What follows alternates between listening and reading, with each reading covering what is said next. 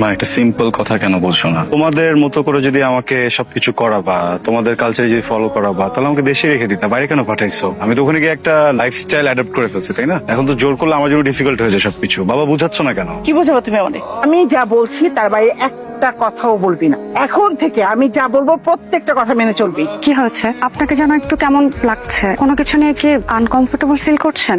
Uncomfortable কেন হবো? আংটি পছন্দ হয়নি? না, পছন্দ হবে না কেন? আংটিটা তো খুব সুন্দর। আংটিটা খুব পছন্দ হচ্ছে আমার। আমার সিম্পল জিনিস খুব পছন্দ। আংটিটা সিম্পল এন্ড বিউটিফুল। তাহলে প্রবলেমটা কোথায়? আপনাকে যেন একটু কেমন লাগছে, আপনি শেয়ার করতে পারেন আমার সাথে। অনেস্টলি আমার বিয়ে করার কোনো ইচ্ছে ছিল না।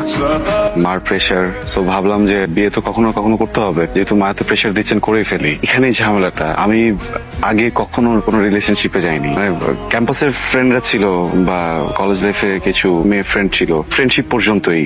এর উপরে বা এর বেশি কখনো কোনো কিছু ভাবিও নি। সবসময় কাজ নিয়ে বিজি ছিলাম বা স্টাডি নিয়ে বিজি ছিলাম। মেয়েদের সাথে ফ্রেন্ড জোনের বাইরে গিয়ে কথা বলা, কোনো কানেকশনে আমি একটু আনকমফোর্টেবল। সময় লাগবে, ঠিক হয়ে যাবে। আসছেন কেন? আপনি টেনশন করবেন না, সব ঠিক হয়ে যাবে। আমি জানি কি জানেন? আমার একটা রিলেশন ছিল, একটু একটু তো এক্সপিরিয়েন্স আছেই। তুমি যে ভুলটা করছো, আমার বোনকে বাড়িতে না পৌঁছে দিয়ে ঢাকায় চলে গেলে, চেকটা কি পরে জমা দিলে হতো না? সরি।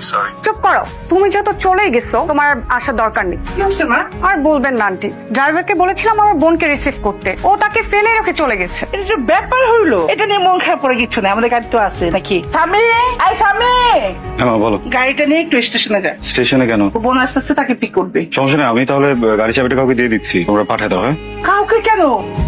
আরে তো শালি হতে যাচ্ছে, ছোট বোনও বলতে পারিস। তো একদম আত্মীয়, একে কি কাউকে পাঠায় আনা যায়? এটা সম্ভব? মা আমি বাইরে একটু কথা বলছিলাম, বুঝছো, সো একটু টাইম লাগবে। আমি কাউকে পাঠিয়ে দিই নাকি? আব্বা, এইখানে যদি আমি হইতাম তাহলে কি তুমি এই চিন্তা করতে যে না আমি যাবো না, আরেকজনকে পাঠিয়ে দিবো?